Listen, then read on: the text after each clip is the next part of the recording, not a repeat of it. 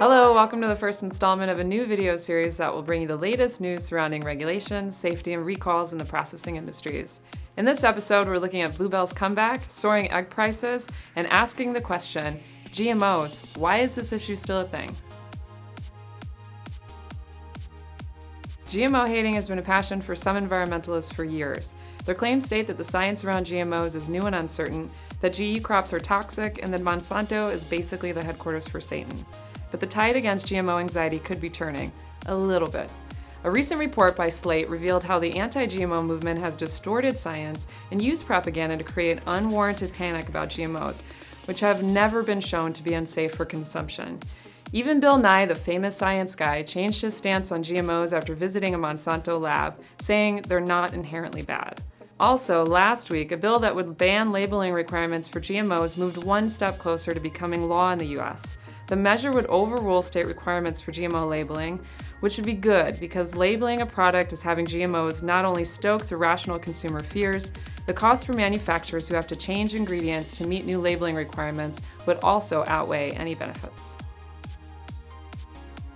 Blue Bell Creameries has figured prominently in the news over the last several months. The Texas-based ice cream company halted production and recalled all of its products in April after some were linked to 10 listeria illnesses in 4 states. But Blue Bell received some good news last week when it was announced that Texas billionaire Sid Bass was making a significant investment in the company that will allow it to remain operational. The Wall Street Journal reported that Bass's investment could be as much as $125 million. Does Blue Bell deserve the financial bailout? In my opinion, yes. While food safety and public health are the top priorities for any food company, this instance marks the first recall in Blue Bell's 108-year history. The company deserves a chance to redeem itself, so as long as it makes the necessary operational changes and implements the proper safety procedures to ensure the highest level of food safety and security moving forward, and that appears to be the case as Blue Bell prepares for some test production runs.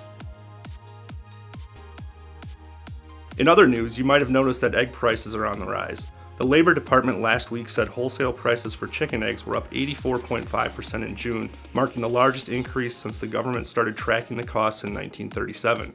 The reason? The outbreak of avian flu that has hit poultry farms in the Midwest and Pacific Northwest in recent months. And wholesale egg prices might not be dropping anytime soon. U.S. Agriculture Secretary Tom Vilsack said on Monday that he is not ready to declare the bird flu outbreak over, even though no new cases of the virus have been detected for more than a month.